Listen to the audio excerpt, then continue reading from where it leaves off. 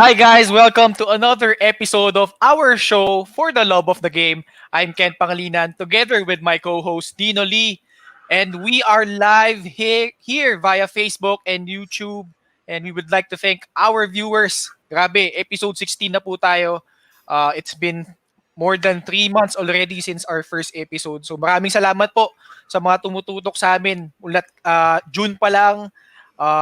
Alam Kung ko ep- sobrang hirap ng pandemic ngayon, Dino, and kung grabe, episode 16 pare, 4 months na, no? Kasi kung 4 weeks in a month, naka 4 months na pala tayo, if you look 4 at months it. na ba?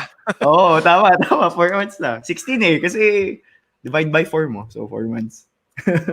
Ayan, si Dino magaling sa math eh. So yan, 4 months na pala. So guys, thank you very much. You all know who you are. So please guys, if you haven't subscribed to our YouTube channel, subscribe po kayo sa For the Love of the Game, and also follow our social media platforms on Facebook, Instagram, and Twitter. So yan, yung Facebook and Instagram namin at For the Love of the Game PH, and on Twitter, ayun, dagdagan nyo na may followers namin at FT Love OT Game PH. Parang wala Ayun pa nga. ata 20 Kaya nga eh, so kayo, libre lang naman yan, so follow nyo lang yan. And of course, yung YouTube channel namin na ito, pangatlong episode pa lang namin ginagawa via YouTube. So please Right. subscribe at For the Love of the Game. So ayan po, napakadali lang po. So, of course, we have another distinguished sports personality with us tonight. So, please share with us, what are you excited about our special guest? So, ito, hindi basta-basta itong panauhin natin ngayon. So, libre po ang comment section for that. If you have questions, shout-outs, or curious kayo kung ano yung kwento ng ating special guest, please, i-type nyo lang po. Wala pong problema dyan. So, Dino. Correct. So, ayan, keep on engaging with us by commenting down below what you're excited about for tonight's episode while I'm about to share yung mission and purpose. Especially, I think may mga first-time viewers tayo for tonight. For sure naman, no? I mean, I guess we're just 4 months in doing this show. The reason why we did this during this pandemic is because both me and Ken and we're affected din as well because we're both part of the sports community. Siya sa sports broadcasting. Me, for myself, I'm part of sports events, and pares kami nawala ng trabaho for around sports. So, and I know for sure our colleagues out there that are in the sports community as well, maraming apektuhan. Referees, officials, sports events, just like my career. And the reason why we did this is because we want to be a light during this pandemic when there's so much negativity surrounding us sa government, yung mga binabatikos and all of those stuff, the politics. We wanna be that light during this dark times, and maybe we wanna serve and ignite those passion from all the sports fans out there. That's why we're bringing in, kami ni Ken, we're just host, ang paniniwala namin, we're just a platform for our guests to connect with our viewers, no? Yung mga guests namin that we're bringing in are the best of the best as an athlete, coaches, entrepreneurs that share the same passion like us, yung passion for the game. And that's why we call this For the Love of the Game. We wanna connect the sports community in uplifting and creating a better future for the next sports generation. That's why kahit nakakapagod yung preparations namin, alam nyo naman, nakikita nyo naman yung preparations namin with me, Ken, and the rest of the team, yung the Dream Team, we're doing it because of the one mission is to unite and uplift the sports community during these times. And kahit bumalik na, we will continue on that mission through this platform. And of course, we would like to acknowledge certain people. These individuals have made everything possible for me and Ken to be at our best during our episodes. And these people, they work behind the scenes. They don't get enough credit. But I'm telling you guys right now, these people make it happen for our platforms, for yung presentation namin, napakaganda. And that attracts people to tune in with us. So, and to acknowledge them, I would like to go first with, of course, the first guy, the lead graphics ng team namin, who's worked with Team Seaball, the esports team ng Philippines during the 2019 SEA Games. So he's our illustrator. He works with one of the biggest esports teams in the world, yung Fnatic, and of course si Jod, who's currently with Clutch Points, one of the popular or biggest sports social media platforms out there, and of course the one who creates our trailers, Isaiah Kuwa, and our latest addition, yung video editor namin si Ben, who covers mixed martial arts here in the Philippines. Ayan. So, and basketball games, I think. So, and last but not the least, yung production head namin, who's also a financial planner. Hindi po siya nagbebenta ng insurance. But if you wanna plan for your future, managing finances, purchasing the right insurance policy, you can contact Marion Evangelista, who's our production head, making sure from start to finish, maayos ang episodes namin. And these guys put in so much color into what we do that makes us really special as a show. That's what I feel. So, yun. Ken, I think we have to thank also some organizations that are supporting our show since day one. Mhm. Correct? Right. So, ayan. May giveaway po tayo. Dahil lang naka-tune in na nga kayo ngayon, napakadali. So please share this episode and set it to public to get the chance to win one of 3 prizes. Ayan nga, naka-flash na po. From 205 BGC, 12 pieces sriracha wings. So ako personally, I've tasted it. Napakasarap po yan. So napakadali. Just share this episode and set it to public. So kung di nyo napanalunan yan, meron pang 2 pang posibleng mapanalunan nyo for tonight's episode.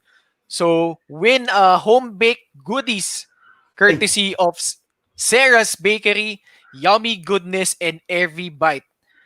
So, ito, pakita ko na lang. So, ayan, get a chance to win home-baked goodies sponsored by Sarah's Bakery. Ayan, si Nicole Serali, ang butihing kapatid nitong aking co-host si Lino Lee. So, follow them on Facebook and Instagram at Baked by Sarah. So, kita nyo yung cakes. I've tasted yung chocolate chip cookies. Ano pa ba yung tinikman ko? Yung mango bars. Ayun, napakasarap. And kanina lang, Dino, ewan kung alam mo, umorder ako. Eto, ayan, banana bread. Mamaya, bubuksan ko. Ayan. Hatiin mo yan. Of course, si 205 is open for delivery. I think yung dinner namin, late kasi ako nag-dinner since we have this show. So, later on, I'll be having dinner 205, no? Nagpa-deliver dito sa bahay namin. They're open for delivery and they're open for private dining. I think 30% capacity, of course, following the health protocols during this quarantine. And last but not the least, giveaway natin. Kung di nyo na panalunan yung 2, pwede naman kayo manalo ng 2 liters of milk tea courtesy of Sip and Tea Fresh Tea Every Day. So you can follow them on Facebook at Sip and Tea and on Instagram at Sip and Tea PH. So, natikman ko yung classic sa winter melon. Ako personally, winter melon guy ako, pero nagustuhan ko din yung classic. So, ayun, napakadali. I-share nyo lang and set it to public. Walang kahirap-hirap. Ayun lang po. Nakailang giveaway na tayo sa I think this is round 12 na for 205, no? So, we've already actually given away 11 times 12. That's a lot. 132 chicken wings na ang pinamigay na namin dito sa show namin at natikman ng 11 na tao at pamilya. So of course sa Seras and Sip and Tea, I think 7 rounds na tayo, no? 7 giveaways na, mas latter part sila nag-join in. And of course we have our other partners as well. We would like to thank Comida Foods. So for every 600 pesos worth of products, you get a 100 peso voucher courtesy of Comida Foods. We make healthy food for all your snacking needs from A to Z. You can follow Ben on Facebook and Instagram at comida.foods. So, ayan. Dino, ikaw, nasubukan mo na yan. Kaya fit na fit. Tama. Fit na fit talaga. And of course, we would like to thank our other sponsors. First off, Rice Princess. You can follow them on Facebook and Instagram at Rice Princess VE. And Avali Packaging, your one-stop shop for all your packaging needs. So kung kailangan nyo ng container, ng pouches for your cookies, ayan, ang sasagutan nyo, Avali Packaging PH. And of course, ito, last but not the least, ayan, kita nyo yung outfit namin, pareho. Rebel Sports. Courtesy lang naman po yan ng Team Rebel Sports. So special mention po yan yung guest namin nung episode 8, si Coach Jeff Perlas. So maraming salamat po, Coach. Eto, yun nga, nagmumukha akong fit sa suot ko. And Dino, describe mo nga ano bang material nitong outfit natin. Of course, itong fabric na to is their latest technology, no? So they have their branch as well sa States.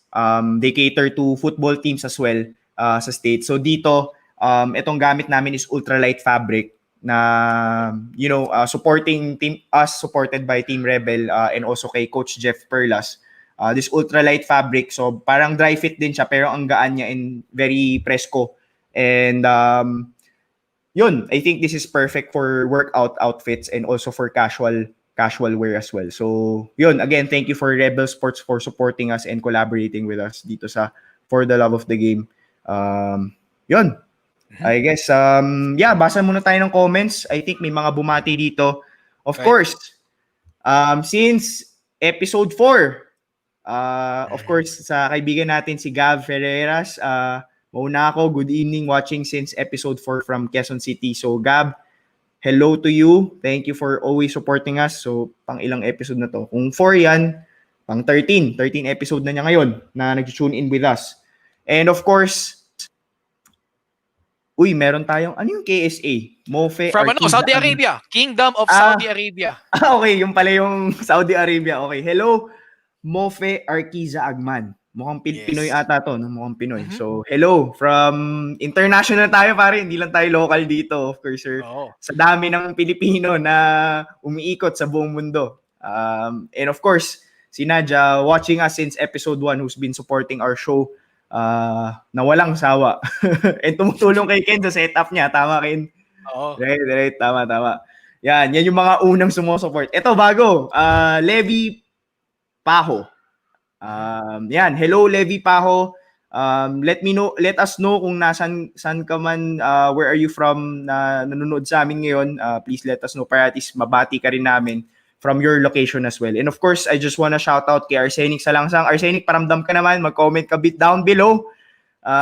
Kung nandito ka man, I think he's been watching us since episode 2 and has been watching us up until to date. So, ayun guys, Arsenic, please comment down below para maramdaman kita. Ito pare, so of course CJ Apale tuning in from Binyan, Laguna, who's a big basketball nut. Good evening guys. CJ, welcome to the team. Siya yung, I think, incoming, hindi I think, pero he's an incoming sports researcher for our group, no? So yun guys, if you feel like you can contribute to this team, you can gain experience here, you're welcome to join us here at For the Love of the Game. Ayan, so hi Levi Paho. Hi po, thanks sa shoutout. Yes, thank you for tuning. I hope you can stay with us up until the last part of the episode. And before, I'm sure you guys are excited for tonight's guest because he has represented our country so well.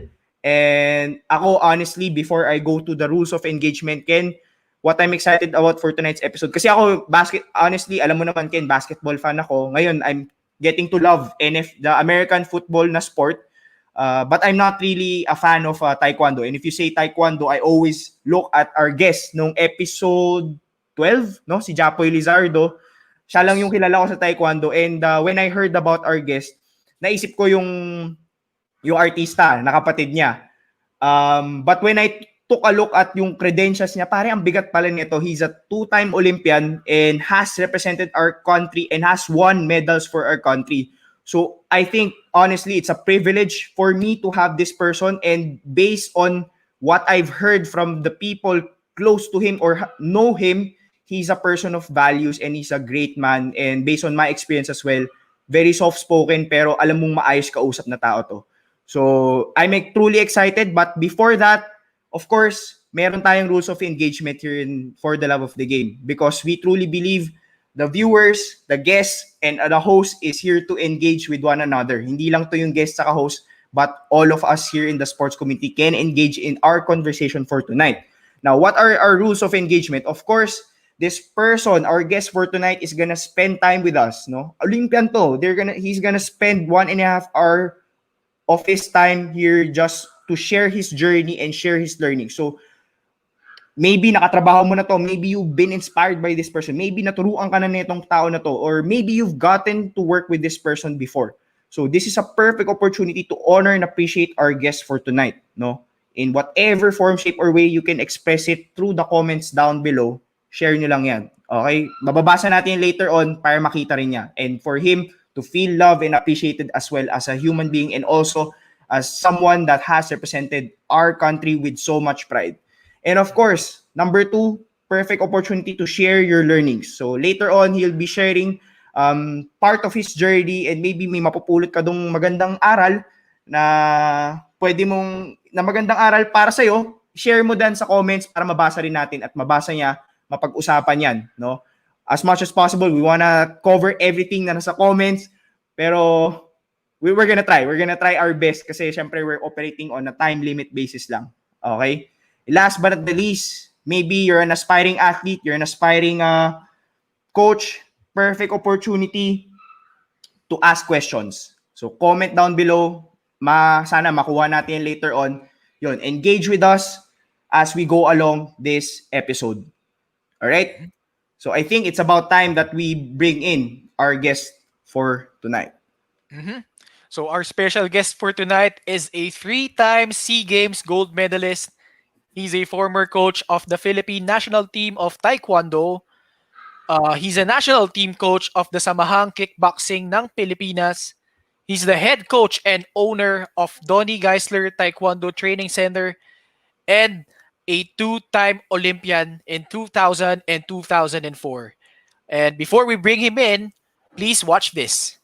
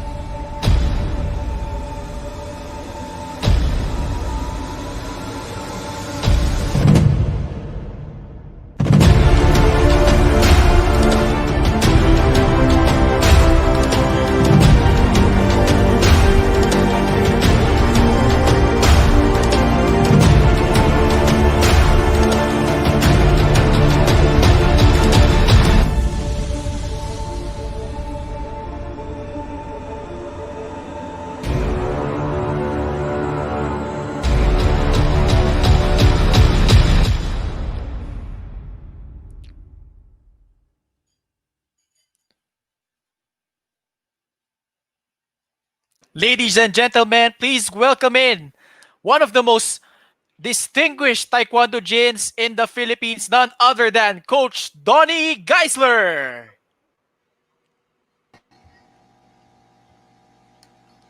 Hi, Coach. Hello, good evening. Good evening to everyone. Good evening, Ken and Dino. Thanks for having me in your show. And I can see that it's becoming very successful, and I'm glad to be a part of this. Right. Coach, it's an honor and a privilege to have you here. Magandang gabi sa iyo.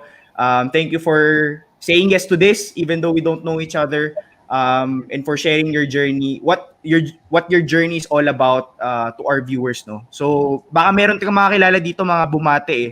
So, ito si Mofe Arquiza. Ba, kilala mo, Coach? Ewan ko kung kilala mo, pero we love Taekwondo, sir. Thank you. God bless you both. Hi, Kilala Mo. mo ba? Ayan.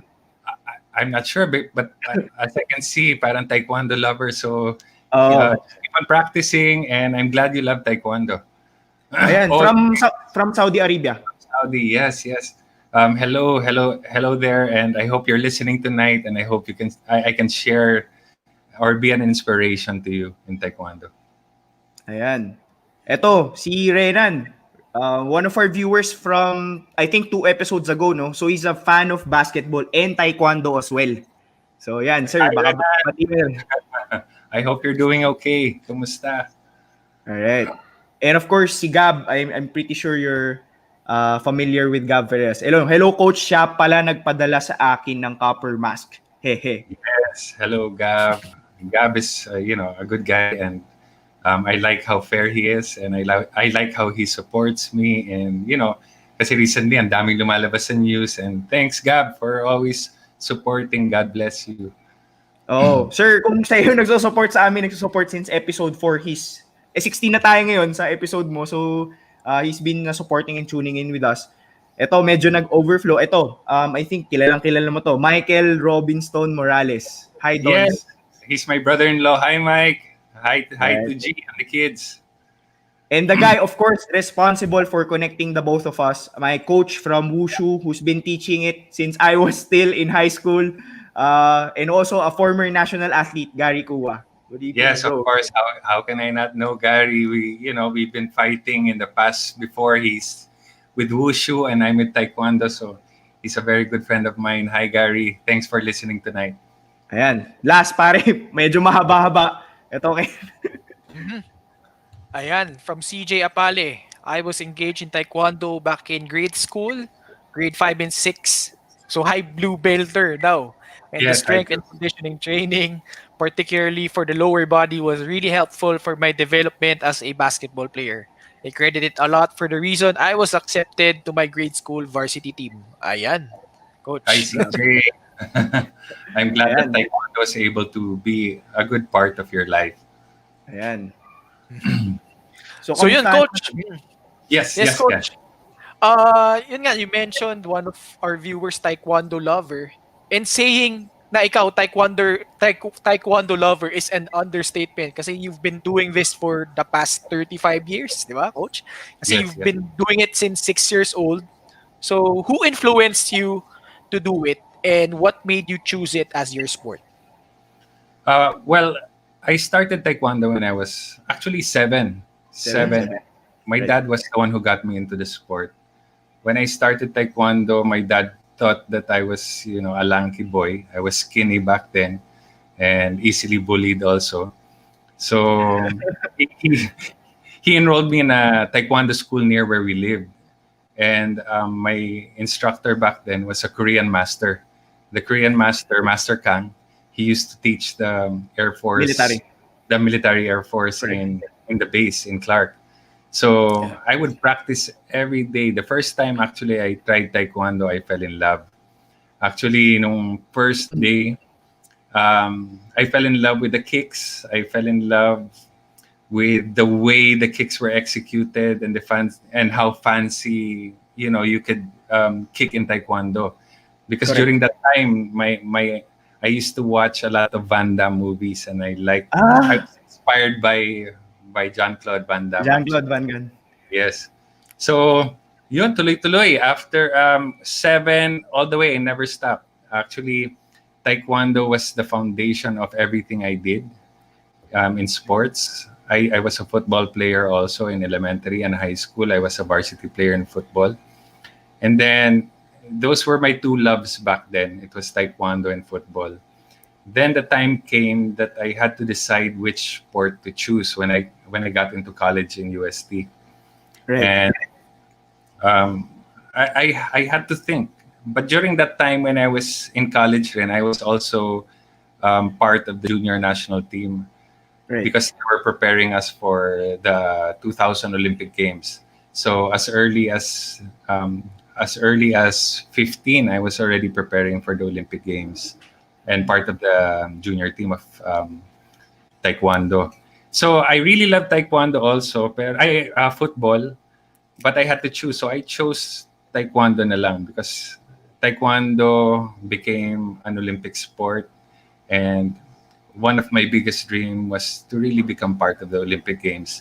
So I stayed in the path of continuing with Taekwondo. Right. Ayan. May mga nag-comment. Thank you, Sir Don, for the social, no? Don ng Donald David Geisler, tama, no, sir? Pero Yes, your Don. name is Donnie. Nickname. Pero sa kanya, Don ang tawag sa'yo, no? Yes, Thank actually, you, Sir Don is Don. my dad's name. Okay. Thank you, Sir Don, for the inspiration. My 3 kids love this sport. Tapos yun, sabi niya, good, Sir Don, we are happy to see you here. We are a fan, no? Mukhang nagkamali lang na spelling. We are a fan of you and we really love this sport. So thank you, Mofe Agman. Ikaw, sir, may masasabi ka from the words of Mofe Agman?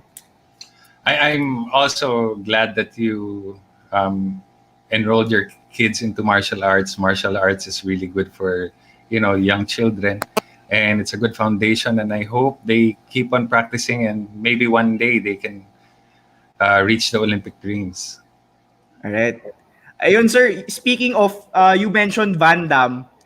Yung isang guest din namin, I don't know if you're familiar, si Edward Foleang from Team Lakay.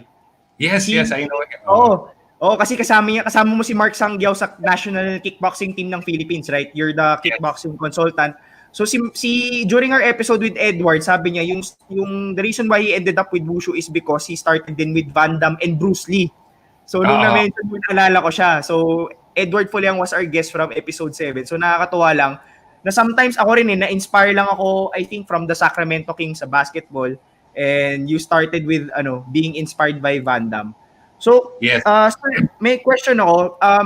Of course, 'di ba yung parang ano yung factors that kasi ang football it's an Olympic sport din, I think, right now, 'di ba? So, parang what were the factors that that made you consider choosing taekwondo over football? Kasi may exposure ka din naman, and bakit taekwondo talaga yung pinili mo? Parang what were the things that you really considered critically to make that choice to go for taekwondo? During that time, siguro, football, hindi ko masyadong nakikita na nagko-qualify sa Olympics ang Philippines. Right. Unlike taekwondo, talagang, the chances of qualifying for the Olympics are higher. So that's why I chose taekwondo and trained hard, and really, as a young boy, talagang, even though if I did other martial arts, I was still doing other sports. I was still doing taekwondo. So I never stopped doing taekwondo when I was young. Even when I was a teenager, I kept practicing pa rin, even though I had two sports. So I really stuck with taekwondo because the chances of me really making it was high, kasi we have some former Olympians rin na taekwondo, and of course I looked up to them also and what they have achieved, and I wanted to become like them, an Olympian. So that's what really pushed me to stay in taekwondo talaga. Right. When did you know na parang I wanna take sports seriously? Was it because you wanted the scholarship or ibang reason? Parang what made you decide, I'm gonna take this seriously, I'm gonna go for Olympics? Kasi ako, the first time I learned about the Olympics, I think, was 2008. I was already 18 years old. Sumikat siya dahil kay Michael Phelps. That was, I think, that time na nasabi ko, uy, may Olympics pala. Parang sa'yo, at you had the goal at a very young age na gusto ko mag-Olympics. Sino nag-pass down to you na pinasa ba siya sa'yo, or you went for it by yourself? I went for it at the same time. I was not for anything, but I was really good at it during my time. I loved it. So it was really for the love of the sport. I was passionate. That's what fueled the fire to keep me going and keep fighting during that time. I liked it. I liked the challenge of competing. And during that time when I was in the varsity team of UST, I was always winning. And then I qualified for the national team at a young age. So I just, kept on going, kept on doing the thing I love, which just what do you call this? Pushed me to go all the way to become part of the national team, and started competing in 96. I was 16, 17. I was in the national team. Actually, my teammates were older back then. I was the youngest in the team during that time. So the sacrifices that I had to do, it was difficult. It was difficult because I find it difficult because in Taekwondo you have what we call the seniority. So I had seniors. So when I entered the national team, it was hard because I was dealing with experienced fighters, and it was painful because of course, they want to stay they're in their game. They want to stay in their weight division, and me entering I was a threat. So they wanted to beat me. So that's what that's how the fear started. Coming to the gym pa lang, and then you know that you're gonna get beaten up, but you have to survive. That's how it was when I started. So at a young age, we had seniorities. I was the junior. I was the one carrying the heavy weighing scale in international competitions, all the way to siguro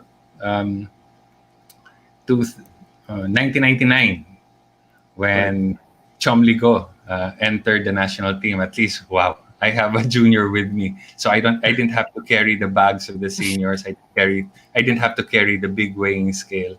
So that was the journey, and it was a fun experience. It taught me a lot about perseverance, how to never give up.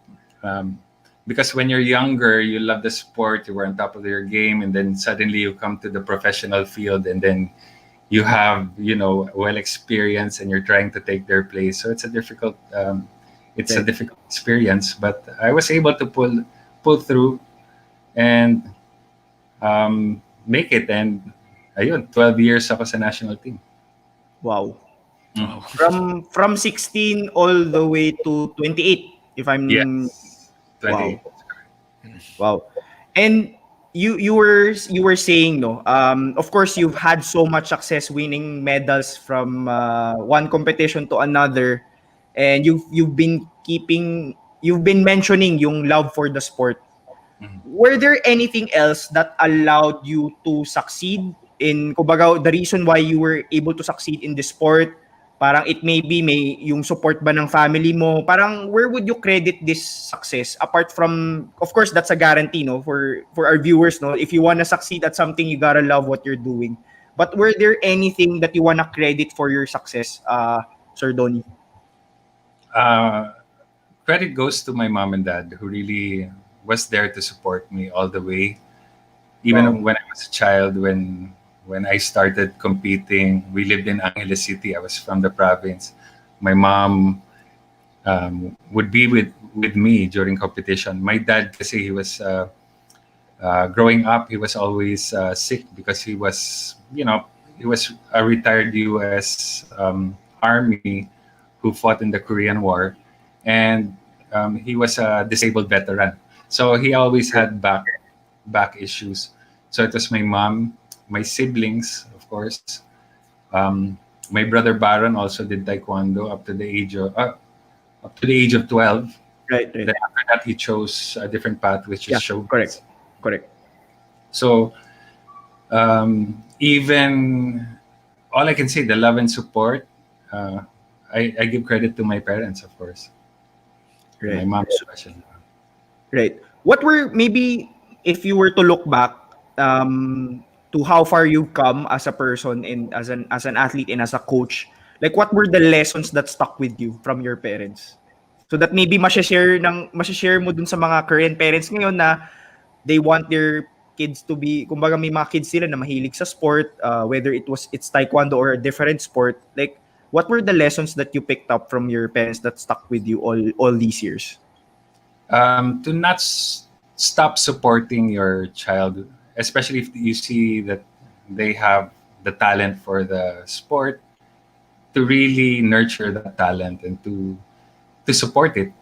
Because some parents will, choose education rather than sports. But in my case, my parents saw that I was talented in Taekwondo, and they really, supported me all the way, even to the time that I retired.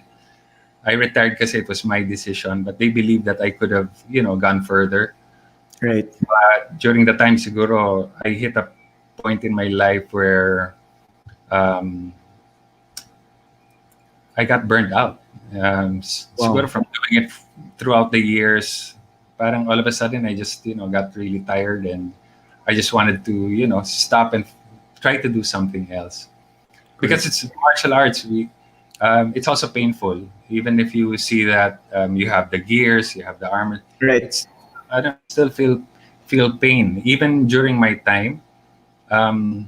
It was more of power rather than point system. So knockout is a big factor of your game plan. So Right. talaga, you try to knock out your opponent. Just Tama, really tama. a light kick to the head, that's not a point. Unlike now, it's a light kick to the head, and that's a Point point. It's Right. like 3 to 4 points, diba? But there, it's Right. one point per shot. So it didn't matter where you hit the person. It's all the point is the same. But if you knock them out, then good for you, diba? Right, right. Correct. So yun, Yes. ang lesson dyan is, if nakita nung, I think what I'm learning here is pag nakita mo yung anak mo is loving what they're doing and they're pushing themselves, I think, as a parent, you're just out there to support eh. Yun yung napulot ko dyan. Right. So of course, before we continue on, may mga nag-comment Dons, don't forget you were also a gymnast Oh, medalist. yes. Thanks for reminding me, brother Mike. Yes, I Gymnast yung nag-i-split, no? Di ba yun Yes. eh? Yung, Kasi in the Grabe. base, Angeles City, where we lived, we had the youth center in the base. So there are a lot of sports there. So aside after Taekwondo, I did Taekwondo for a few years. Then my dad thought that maybe Taekwondo could be good for your balance, to improve your balance more in Taekwondo. So right. I did gymnastics for siguro 3 to 4 years, and I was good at it, and I really excelled in Right. gymnastics as well. And thanks for reminding me, brother Mike, because I forgot. I kind of forgot about it. Ayan. Ito may nag-share. Ewan ko kung kilala mo to, sir. Hwarang from Tekken inspired me. I don't know if you know Hwarang from Tekken. Yes, It's a- you know what? That's my generation. The PlayStation, Nintendo. That's our generation. So that was one of the games that that was fun. As a martial artist, or if you like martial arts, then it's a good game.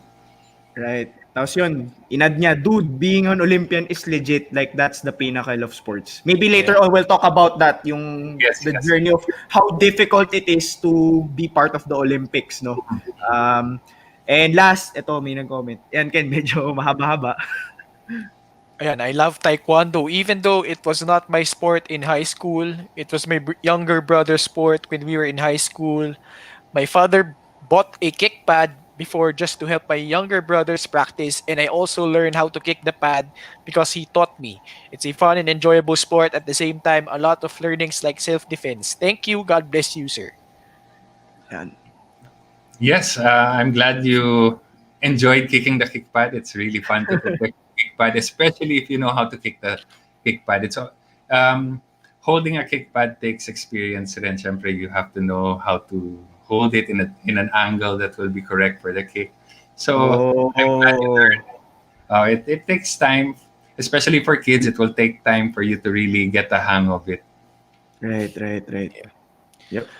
Ayun, coach, well, binanggit na rin nung isang viewer natin how qualifying for the Olympics is really hard, especially during your time, coach. And you actually qualified in your first Olympic stint when you won gold medal in the 1999 SEA Games. Tama, coach? And ayun, relatively maaga pa lang, coach, you've been really successful in your career. But I think what's taken for granted is yung kung gaano kahirap yung psychological and physical training. So can you talk to us through like how hard was it actually qualifying for the Olympics? Well, before it wasn't a point system thing. Actually, there was a separate. I think it's still the same up to now. There's a separate qualifiers for the Olympic Games. So first, you have the world qualifiers where you have to qualify, and for the Sydney Olympic Games, I didn't qualify in the world qualifiers. I qualified in the Asian continent qualifiers, which was held in Rizal Memorial Sports Complex I think that was early of 2000. So that's where I got my ticket.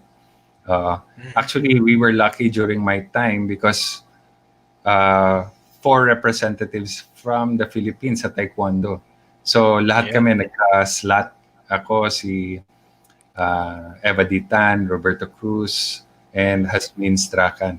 So we were the first Olympians who competed when Taekwondo was a regular sport na. So we had to go through the process. Wow. Tapos, we qualified in the Asian qualifiers. Then you have the Olympic test, then the actual Olympic Games. So it's a tough process. Qualifying alone, you feel the pressure because it's a different level of competition. Right. Reaching the Olympic Games, we were a small delegation. We were about 11 athletes only. So you can imagine how we felt, how inferior we felt as a team. Right. Because Right. you have the big guns like Team USA, China, Yeah. Russia, Tama. and we just lived in one dormitory while the others were like occupying a whole building. So the other part that was exciting was meeting superstars like NBA players who are walking Wow. around Olympic Village. Yeah, Serena Williams, the twins, and really superstars in different kinds of sports. And you're gonna be you're gonna be eating in a dining hall together, and it's really a surreal and of course overwhelming experience. And the pressure is on. I mean, the country is also depending on you that you bring home the first Olympic gold medal. So the Right. experience was somewhat. I was also young at the time. I didn't really appreciate um, me being there. Siguro, I didn't take it so seriously during Right. that time. I was kind of complacent rin at the time. Right. Parang di ko pa na feel eh. Unlike now, siguro, if I put myself back then, siguro I'll tell myself, hey, you should work harder. You should want to Tama. get the gold medal, but it's different Right. when you're there already. So Right. that was the Olympic experience, my first. So the second one naman in 2004, I came to a point where the fire in my heart was slowly blowing away. I don't know why. Siguro there are other interests that are going on. Right. So parang during that time, I wasn't the way I was when I was younger. When you just go out there and really fight. Parang I don't know, naging maingat or I wanted to do some. I was siguro selfish. I wanted to think Right. of myself and what's good for me. Right. So we prepare. Although I prepared for that second Olympic Games, the qualifiers was in France, in Paris. I was with Chom Ligo and Tony Rivero. We made it. Chom Ligo qualified in the world qualifiers in France. He got the third place, so he got an easy ticket. So it Right. was me and Tony Rivero who had to get at least two more tickets for the Olympic Games, and Right. we qualified big time in the Asian qualifiers in Bangkok. So that's how we got our ticket. So it wasn't really given easily. We really fought for it. When I qualified for the 2004 Olympic Games, I beat the Australian Olympic champion who fought who was the champion in the Sydney Olympic Games for the heavyweight. Wow. He cut weight and went to my division, weight division, Right. which was there are 4 weight divisions. So he went down to number 3 where I was, and I fought him in the semifinals, and I Right. beat him. So that kind of gave me, the Confidence. yeah, slowly built my confidence back again to really want this and want to get the Olympic gold once again. So we trained in every time the Olympic Games, you have to train in Korea. We would train 3 months in a row, sacrifice away from the family. Right. Talagang, it's hard when you're training in Korea, and I'm sure all the national team members can tell you. But during my time, rin, it was harder because Koreans were crazy in a sense of they want to kick your ass talaga. They want you to remove your head. So Wow. sparring with them, you'll be happy if you're sparring with the gears on because there's no control. There's no control. Study sparring, they're gonna kick you hard. You're gonna have to fight, defend yourself all the way.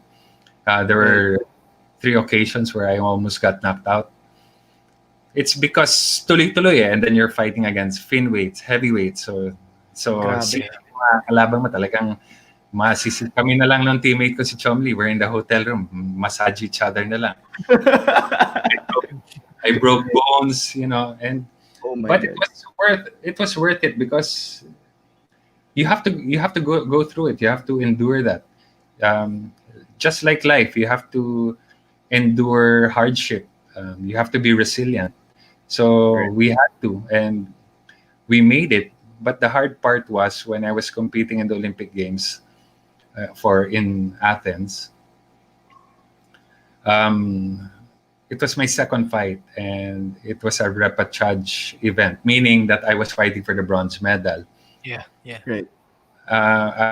My Tunisian opponent, we had the same score, and I was doing Stay very good. good because, I met this guy na in Korea, kasparing ko na nabubugbog ko lang sa Korea. Tapos nagkita kami sa Olympics, and then he just lifts his leg up when I give a kick. So, nung sumipa ako, na my ankle just dislocated. Ouch. So, Ano yung coach chinek niya yung kick? he impeded my kick. So when that happened, it dislocated my ankle. So automatically I just fell. And then my coaches there telling me, get up. Parang siguro they didn't believe that I was in such intense pain. And then our doctor back then, Dr. Canlas, goes in the court, and then he was surprised and then snapped it back. And then just try if you can stand. So I tried to fight pa. Pero I was limited. Yeah. And then when I tried to kick, wala na talaga. They brought me out of the court in a stretcher na. Straight to the hospital na ako, and they put a cast on my leg. Right. So that was frustrating because I knew I could at least get the bronze back then. Yeah. Wow. Pero siguro it wasn't You were really that close. Yes, it was very close. Yeah. And I still continued. I still continued fighting even with that injury. I still trained, but it wasn't. I wasn't 100% anymore. Unlike before, I was taking anti-inflammatory medicine. Right. So I retired in 2007. So I lasted a few more years. Right. And you won the gold medal nung SEA Games. SEA Games 2005.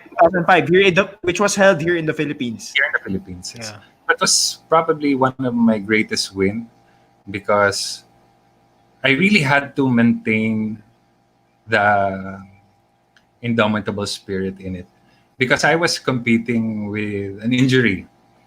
And of course, in Taekwondo before, when you're near 30, you're not that anymore. You're not that healthy.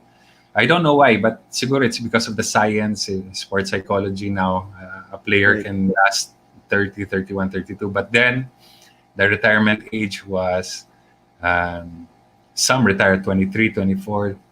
So I wasn't, I had to, I was also competing against younger guys in Southeast Asia. And Thailand at the time, magagaling na. Right. Vietnam, they're not, someone you could just, Push over, yeah. push over. So, buti na lang, I made it all the way. I fought, my opponent was from Thailand in the finals. I made it. What made it Right. important was because my son was there to watch for the first time in an international event. My Wow. son, family, my brother was there to support me. So I didn't want to let them down. So I had to deal with that pressure also. Pressure with you have to perform. The pressure of having not thinking of your injury, Correct. and then the Correct. pressure of the whole country watching you. Counting on you. Counting on And you. yeah, so that's why I was overwhelmed with the experience when I won. I just did the backflip in the Oh, middle of the galing, Kaya pa ba galing. ngayon, coach? well, no. I used to do for demonstrations when I was younger, but now no. I have to think of my my well-being because I might not be able to teach if I do that if I break a bone. Right. You, I think, napag-usapan natin yung journey nyo, no, from being a junior athlete representing the country up until your last couple of years na sa stint mo when you up until you retired nung 2007. Like what were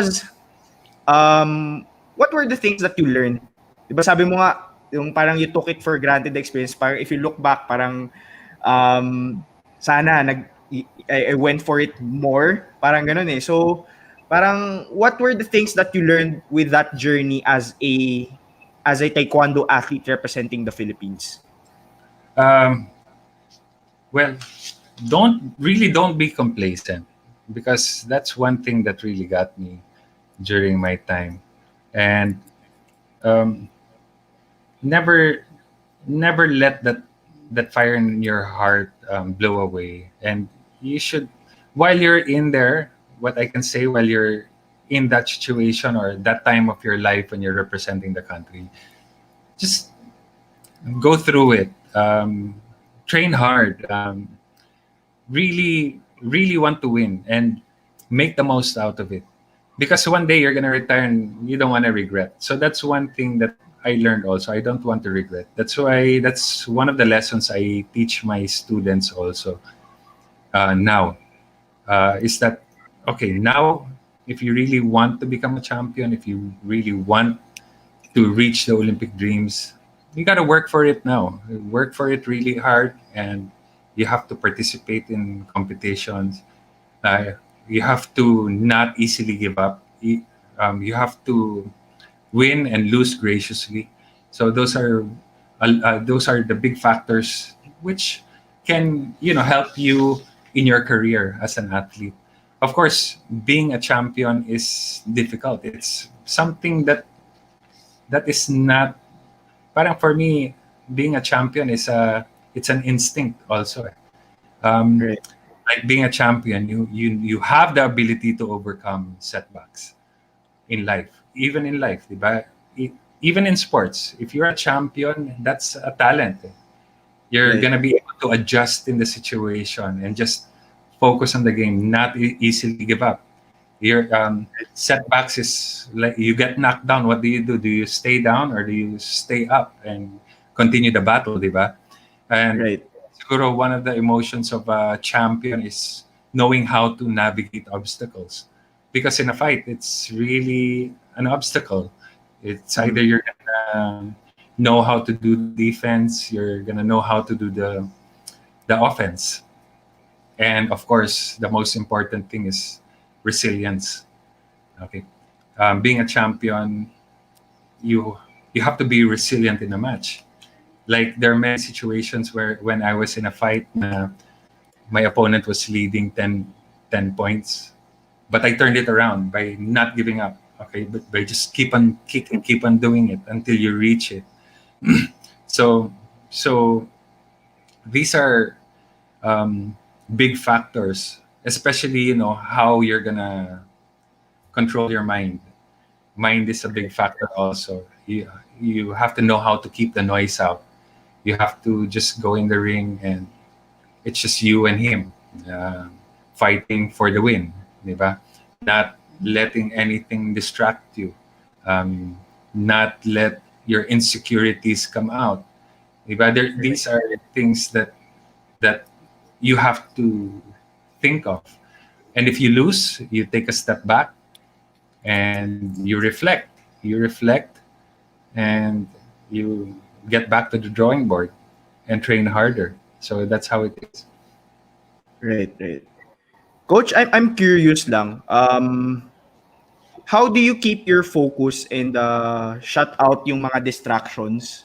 Because I think you were able to display yung bouncing back and navigating through obstacles when syempre, unfortunately, you didn't win ng 2004 Olympics, but you were able to bounce back and win the SEA Games gold medalist when you yourself, you admitted you were no longer 100%. Parang, syempre maraming sa athletes out there na that are watching us. Maybe how do you, share mo lang din yung practices mo, how do you shut off those distractions so that you're gonna be focused? Kasi sometimes may mga, ako rin, when I play, when I compete, meron mga bumabagabag sa isip ko eh. How do you shut those out? Well, first of all, when you're in that situation, it's really a difficult time. You have your nerves there to think of. You have to know how to control them. What I do is sometimes I stretch or I meditate. Most importantly is siguro you pray. Prayer has been a big factor and helps me go through a lot of obstacles in life, especially now. Prayer is a very important thing. And talagang keeping the noise out. It's really the preparation before going in. But when you're inside the court, you just have to do it. You're there already, so just do it. Don't hesitate. Because if you hesitate, hesitation 100%, if you hesitate, even in your thoughts, if you hesitate, the chances of losing is high. So don't hesitate, just go for it. So during my time, I'd go for it. Well, of course, there are bad days. It's not always good. Diba? But when you're in your good form, really you don't hesitate and just move forward. Because some will think of the end game, which is the gold medal. Kaya lang you have to think of every step. So every fight should matter. Every fight during my time, you had, if it's the world championship, that's 3 minutes, 3 rounds. And that's difficult, that's painful. And if it's the world championships, you have like 200 countries competing. So it's like, at least for the quarterfinals, you'll be having 4 fights. Reaching the final, you have 5 to 6 fights. So ganun, it was painful also. So you have to take every fight seriously, take all the steps, and deal with them. That's how it's supposed to be. Yep. I think ang nakapulot ko dito, Ken, no, is yung importance of preparation. Kasi that's where you gain your confidence eh. Yung parang sabi nga nila, dapat you should kumbaga sweat blood sa practice so that when you come into the court, I think that's sometimes taken for granted kasi parang practice lang yan. But the real fight talaga is sa practice, when you push yourself so much, and you don't cheat yourself. Sinabi rin ni Edward Fuleangnan, when you don't cheat yourself, when you come to the fight, you're confident and you know for yourself that you went all in going to that fight. Tama, no? Tama, Coach? That's very true. Right. Ito may question, no? From CJ Apale. What was more painful, the dislocation or the loss of winning a medal? The loss of I was thinking that was going to be my last Olympic Games. So the loss of the gold medal was, painful. Because the injuries heal eh. Kaya lang, these moments like the Olympics Games especially, it's important. Eh. So not bringing home the gold, it is painful. It is painful. Right. Coach, what made you think na it would be your last Olympic stint noong 2004?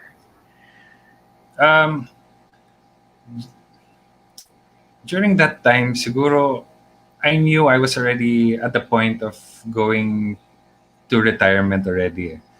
Right. So I was already thinking of other things to do. So I was thinking that was going to be my last. I didn't believe that I could last 4 more years at least for another Olympics. So that Athens Olympics was very important for me. Right. And then, Coach, you had a major injury during the Olympics. Like, sumagi ba sa isip nyo na talagang mag-retire na kayo? Or, yun nga, kasi we bounced back nung 2005, 2005, we won the yeah. gold medal. Before that, ba, were you contemplating on retirement already?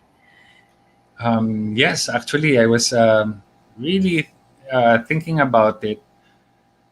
But during that time, there was really no one in my weight division who could replace me yet. Yeah. So, so the so the association really wanted me to continue pa. Right. So they asked me to be part of the national team pa rin. So which I did. I gave it till 2007. Right. Actually, they wanted me to try pa for 2008. Saan eight? Kaya Jing. lang wala na. Talagang, talagang medyo brittle na ako noon. So, dahil tapos yung injury wasn't getting better, parang the pain was always there. So, sabi ko, it's probably Right. it's Right. So it was like your decision of saying quits na was or retire na was not just on the physical side but also yung burnout. I think you were sharing yes. that yung physical and mental state, no. So it was two factors that made you decide to let retire na and think about Yes. what you're gonna do after, right? Actually, I forgot pala, no? When it was 2002, after the first Olympics pala, talaga I was having thoughts eh. And then 2002, I think that was a moment that I took a break. Right. But I returned. And 2003 was a big year for me because I won the gold medal in Southeast Asian Games. And Right. then Asian Championships. I was doing okay pa. Parang suddenly the fire went back in. And then that's what the time na talagang the qualifiers of the 2004, the one I mentioned earlier, that really brought the fire back to get that goal, aim for that gold one once again. Right. Yeah, I think it was a great journey for you na I mean, two Olympics, I think sino bang athlete, no, especially from the Philippines that's able to go through two Olympic competitions, no, representing the country. Now that you went through that phase and naging athlete ka, I think you had the chance, no, to win that medal in 2004 before that dislocation. And we're still vying for our very first Olympic gold medal sa Philippines. Now that you've experienced it and athletes in the Philippines, current athletes right now are vying for that Olympic gold, what do you think would it take to get like a gold medal for the Philippines? Um, well, well, lately I haven't been active with the national team. I don't know. I'm not so familiar actually with the current athletes, so Right. I don't know. And I'm not, in I'm not really active in international competition. So the level of competition, I cannot gauge it. So I don't know Right. where we are in the Right. Philippines Right. within qualifying for the Olympics. But you know what? I'm really hoping and praying pa rin, and that we still get to qualify Right. and get the gold. Actually, not even the gold, basta a medal in the Olympic Games. Okay, but of Right. course, we get the gold, and that's the best reward we can get talaga. Right. Perfect. Ayun, may nagtanong din dito. May nag-mention si Levi Paho. For me po, ang pagiging committed po sa isang bagay or sport ay nakakatulong din po. Parang kumbaga loyal ka po sa sports mo. Any thoughts, Sir Donnie, around that? For me, yes, you have to be committed. Talagang kailangan you're committed to your sport. Of course, and loyal to your sport as well. That's what will that it will really have to take that to become a champion one day. You have to really love your sport and be loyal to your sport. Correct. All right. So yun, Sir Donnie, syempre after after being an athlete, you decided to put up your own Taekwondo training center. Yes, Parang yes. what made you go kumbaga you remained loyal, no? Pagkakasabi lang doon sa comment, you remained loyal to your sport and decided to put up your own Taekwondo training center. Like, what's your inspiration? Bakit you chose to do that? Kasi at the same time, I think around that time you did yung PBB din with ABS-CBN with your Yeah, brother. 2008. Parang what made you decide to go for this path? Kasi I think there are athletes din na pag natapos sila sa sport, di na sila tumutuloy na magturo for that sport. They go for a different path, maybe mag-business sila. But for you, what made you decide to stuck with the sport of Taekwondo by being a teacher? Actually, when I started, I didn't think that I would teach Taekwondo really. But there came a time in my life when I had to, think of something to do, how to survive and live as a person. Right. So I started teaching Taekwondo, and the process of being a teacher is different rather than being an athlete. So there were a lot of struggles in the beginning, of course, because teaching is completely different. It's a different field. So although you know everything to do, you have the experience, but really sharing it to your students, will you be effective? So it took years for me to really know that I could be a good teacher, because being a teacher is also a learning process. It's not overnight that you can be good. Correct. So when I started as a teacher, I was good, but I was putting too much pressure on my students because I wanted them to, be the champion, maybe kick like me. But kids are not; they're not all the same.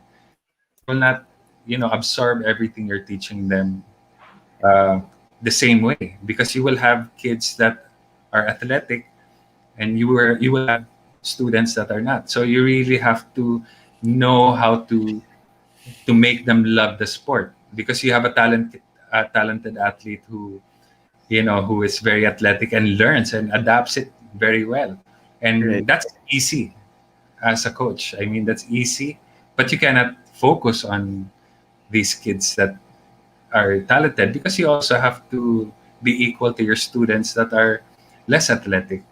Diba? You don't want them to feel insecure. We cannot have that in our program, where you will let a child feel insecure, because if you're gonna teach martial arts, you're not teaching them to become a champion. You're teaching them the values of martial arts, which of course I started with the Korean master, and I learned these values from him. And that's what I want to be to my students. It's not only to be a good athlete, but to be a good person overall. Yeah. Right, correct. So, Coach, you've been mentioning, no, napunta na tayo sa values, di ba? You've been mentioning this term, and ito na nga yung title ng episode natin. It's Indomitable Spirit, which is one of the 5 tenets, if I'm not mistaken, of Taekwondo. Like, why do you keep on mentioning Indomitable Spirit, and what does that mean for you? Kasi a lot of words has different meanings to a lot of people. So for you, like, why do you keep on emphasizing on Indomitable Spirit? And what do you want to share to our viewers, what that represents for you? For me, it represents how to battle with fear. Because, fear is a big factor of our life.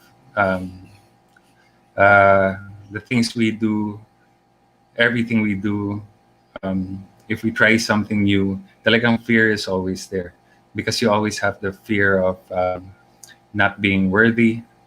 You have the fear of not measuring up, diba? You have the fear of punishment if you don't do good. And being exposed to fear keeps us from being who we truly are. So, Indomitable Spirit reminds me not to let fear or helps me overcome fear.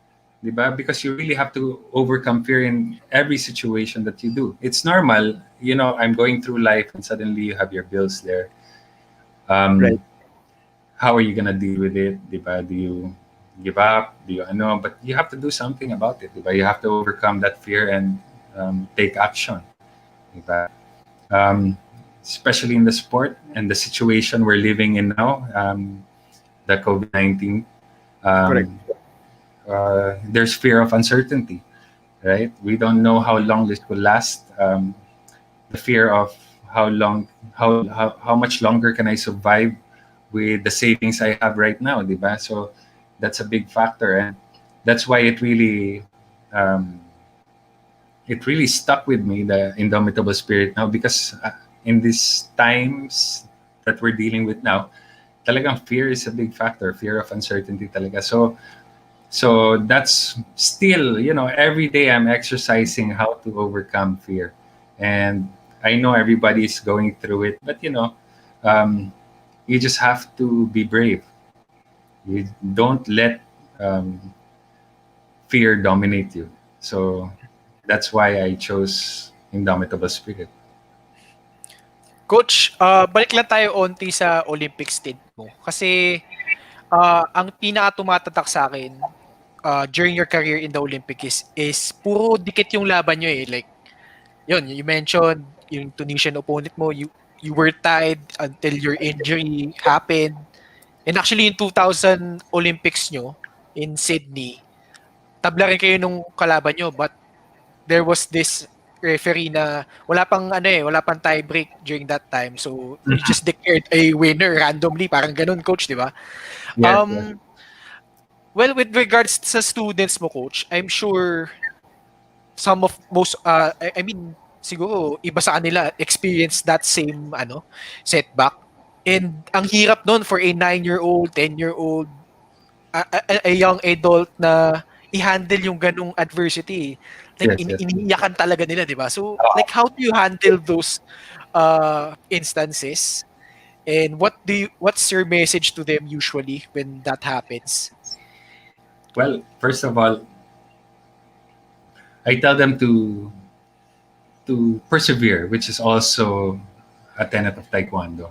Never give up. Never give up. Always finish what you start. And of course, I always have to know how to motivate the child. Okay, because some kids, if they experience this, some hindi nababalik ng Yeah. martial arts because talagang it's a big setback for them. So Correct. you have to know how to deal with the child, and that's very important. And you should have all the tools, okay, in your toolbox to really help the child overcome this setback. So it's also your duty as a coach to know how to motivate them the right way so they will stay in the sport. Yep. Ayan, in relation to that question, no, I think medyo siguro obvious yung question, pero siguro we wanna know your thoughts as well. Ayun, sabi ni CJ Apale, a student who has raw talent but is difficult to coach and discipline, or a student who has the discipline but doesn't have raw talent, which is more difficult to teach? So a student who has raw talent but is difficult to coach and discipline, or a student who has a discipline but doesn't have raw talent. Yeah. That's an interesting question. Well, there are kids talaga that are, have attitude problems, diba? That Right. talagang they're hard to teach in that sense, or but honestly, I didn't experience this yet, because Right. in my teaching naman, whenever I start teaching my students when they're a white belt pa lang, I teach the basics well. I teach them the of Taekwondo, the tenets of Taekwondo, which is important, and I make sure that my students know the tenets of Taekwondo by heart. So really, I know it's an effective. I know an effective teacher because I see it in them. I see them responsible. I see them, accepting if they win or lose, and it's easy for me to motivate them just by reminding to them the tenets of Taekwondo. So my advice really to other teachers is really, when they start palang, you set the ground rules, tell them the tenets. This is the character or the disciplines that we should follow. Para at least in the future, di ba, you will not have a student that's neglected and, takes the wrong path. Right. Correct. Mm. So, eto, may question din from another viewer from Levi Paho.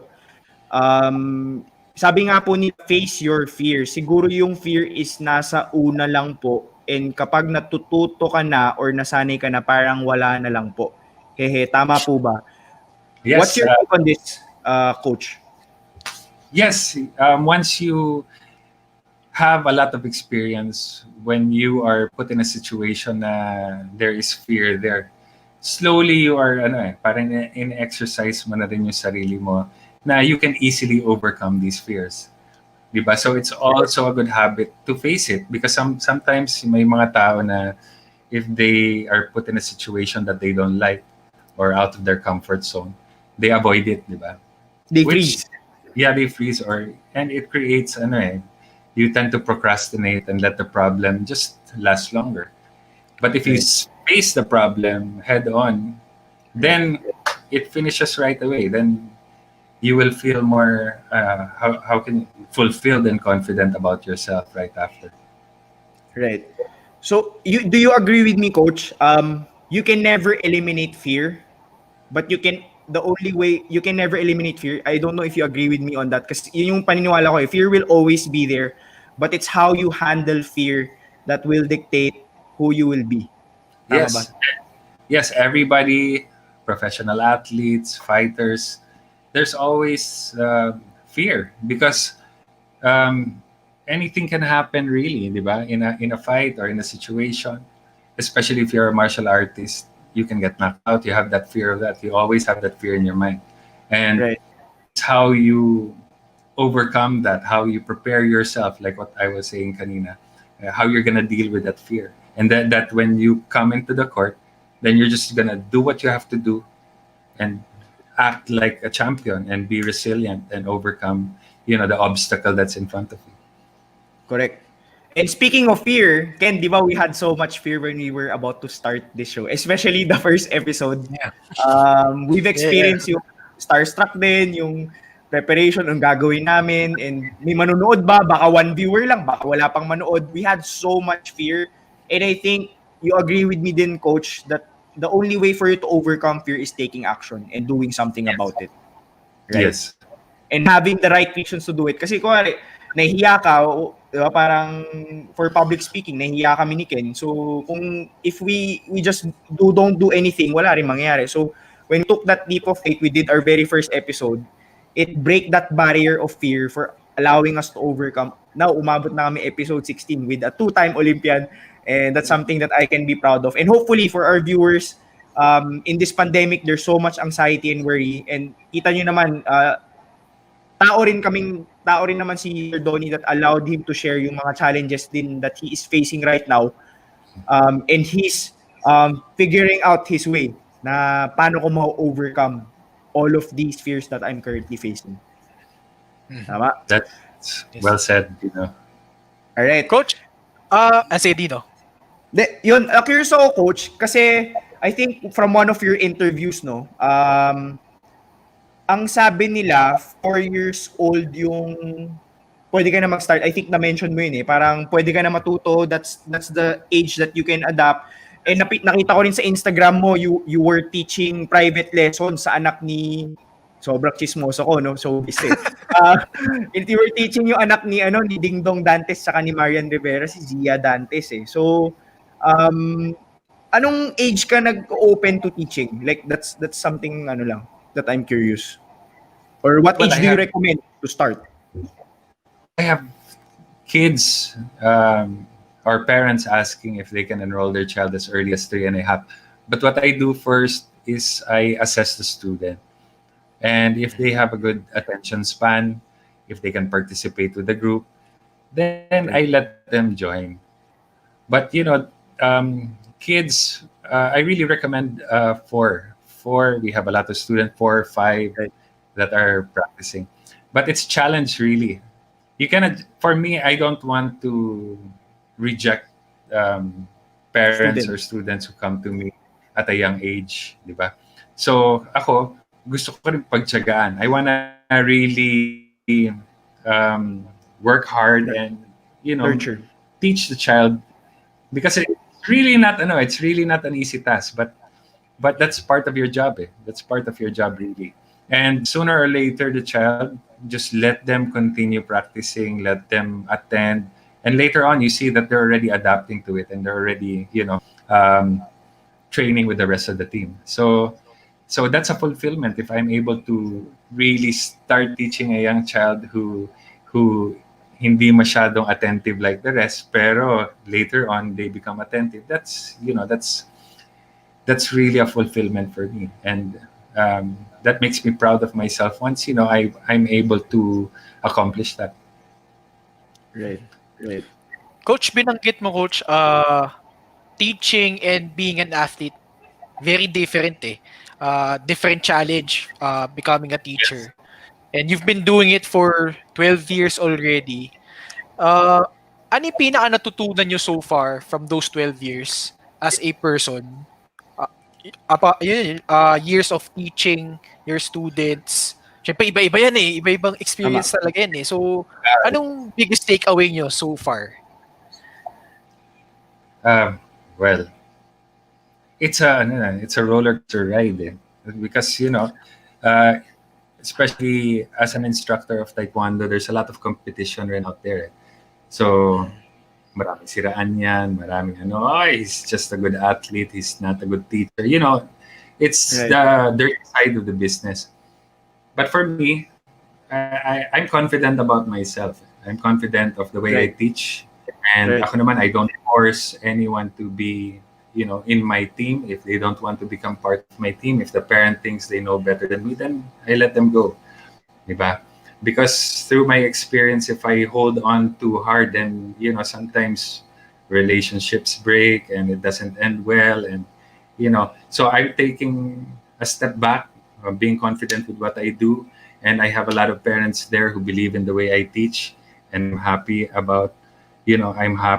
that kahit papano I change a lot of students' lives. I started teaching in CSA in 2010. And I Right. have students who are already graduates, and they're all working na rin, and they still message me and say hi, and they remind me of, they let me know na I was a big part of their life. I changed their life. I was able to help them, and for me that's fine. If for now I don't have an Olympian yet, if I don't have a champion, a world champion, Right. that's okay, because I took the steps slowly, because Right. when I started, it wasn't good the way I started. Parang I forced the situation. I forced taekwondo into my students. I forced them to be good athletes right away, which really Right. didn't work. So I had to find another way where I can really teach taekwondo, where the child would really absorb it, and it Right. becomes a way of life, because taekwondo is do, which is a way of life, and that's how I realized that that's how I should teach my student. And then I also realized that um, I'm not teaching kids who really want to be Olympians or who Right. really want to be champions right away. I realized that, wait, I forgot the martial arts side of it. Even parents will not really enroll their child right away because they want their child to be an Olympian, but they Correct. want their child to learn discipline. So I want to be someone who teaches taekwondo, teaches them to love the sport the way I did, how I fell in love with it, the way I did, and explain how taekwondo is to them, explain the tenets of taekwondo to them, let them know the tenets of Taekwondo by heart, so they can live to become good human beings of this society. Right. Tama. And you were talking about, kasi natawa ako when you were talking about yung you were trying to force, especially when you're an Olympian. Yeah. Tas alam mo naging magaling kang athlete pag nag-start ka magturo. Normally it happens kasi ganun din nangyari sa ibang guest namin, si Coach Jeff, di ba? Para Yes. he was having so much expectations for their students that they forget na, 'di ba, the reason why you're in the sport is because you love that sport. Parang tas pinapasa mo dun sa student mo yung na-accomplish mo because you want them to succeed as well, just like what you did. So that's an interesting take kasi I think I've heard so many people na nag-went through coaching from being an athlete. Dun yung nagiging starting point nila was being strict and forcing that mag-succeed agad, not knowing na allow them to enjoy and learn the values and discipline of the sport itself. And it's very important also that you're an athlete before and you're suddenly teaching, and there's insecurities coming in. If you're a good enough teacher, don't entertain these thoughts. Okay, so just believe in yourself, believe in your ability, and I'm sure you can become a great teacher. Because for me, I know for a fact that I have a lot of experience. Starting when I was a young boy, becoming a champion, reaching the Olympic Games, and I want to really impart it to my students. And part of the tagline of what I do is Olympian training future Olympians, and that's still my goal. I want to have an athlete that will one day become an Olympic champion, or if not an Olympic champion, he would reach the Olympic Games. So that's one of my biggest goals and challenges in life. Correct. I think yung nakalagay dun Donnie DG Taekwondo Training Center, tapos may sa baba, Home of Future Olympians. Yun yung vision mo for your training center. Correct me if I'm wrong. For the training centers, yes. It's the home of the home of future. Apart from instilling the values, correct, Coach? Yes. Because I want that. I want them to feel that one day they're gonna become an Olympic player, diba? And I want them to feel that I want to become like my coach, who's an Olympian. So for all those Olympians or high caliber athletes, if it's gonna be Taekwondo, if it's gonna be teaching, if teaching is gonna be like your life after, you're gonna make it. You just have to believe in yourself. Correct. And ako, Coach, I'm a firm believer. Firm believer ako na if I wanna be the best, I've got to learn from the best. That's the only way for me. Kasi yun yung importance ng mentor Parang, of course, yun yung sometimes the terms, it gets mixed up, yung coach, mentor. Parang ako, if I wanna get something or reach certain level of result, I go for someone or learn from someone that I know has been there or has already experienced. So, ako parang you're one of the few. Pwede nating matawag na OG kasi sabi mo ikaw yung one of the four, tama no? One of the four na Taekwondo Philippine athletes na nag-compete sa first ever Olympics for the Taekwondo event. So, one of the OGs. So, ako kung matututo ko ng Taekwondo, syempre you've got to learn it from an Olympian, no? Yun yung kasi kung if he knew what it took to get to the Olympics, alam niya what it would take for you as a student to get to the Olympics. Tama po ba, Sir Donnie? Yes, because I can always share to them the experience I had, and I can always tell them my experience when I failed, and these failures, this experience, I share to them, and these mistakes that I did, I will correct it to my students. I wouldn't want them to go through the mistakes that I did. I wouldn't want them to do the same mistakes. So it's a big factor then. It is a big factor. Correct. Ayan, Ken, I think basa muna tayo questions. May mga magandang questions dito From a parent siguro to. Yan, from Saudi Arabia, Sir Don, my kids are in brown belt, higher ages 9 years old. My youngest daughter, my son, 10 years old, and my eldest daughter, 11 years old. Magkakasunod. My questions being a mom, how to maintain the support for them? What is the best rule that we can help our kids? Maraming salamat, sir. We are learning from you. That's a good question as a parent also. And my advice siguro is, I know it is hard to manage your kids who are athletes, but my advice is maybe really trust the coaches, because that's, they can help you guide your kids. So that's one important factor. You will come across parents who think they know what's best for their child, Correct. diba? They don't trust the coaches. So Right. my take is just trust your coach. I'm sure he's doing a wonderful job. I'm sure he made your children love Taekwondo so much, and I'm sure you are on the right direction. Just give them the love, the support, and I'm sure continues yung success nila sa sport. Correct, correct. And I think can you agree with me here na very particular din the coach that you choose. Very Yeah, important 'yan. And very. 'di ba? Because you're of course you're gonna invest in your in it for the Mm. learnings of your kid. Might as well pick someone na alam mong tama yung values, alam mo they're in it for the benefit of the student. I Yes. think that's what I'm just wanna point out. For me, that's very important na I pick someone that I wanna learn from. Hindi yung nagtuturo, di ba? Siyempre, of course, critical yun. Oo. And I'm sure you will see it in the character of the coach right away. And you just have to interview the person you want to teach your child. And if you see their red flags, then you can always go Correct. around and search for instructors around the country. There are a lot of instructors, Taekwondo instructors. Actually, Taekwondo is a really popular sport worldwide. Taekwondo is everywhere, and if you really want to enroll your child, get him into martial arts, just look around, and I'm sure you'll find the best gym for your child. Ayan. Ito, may mga questions pa rin.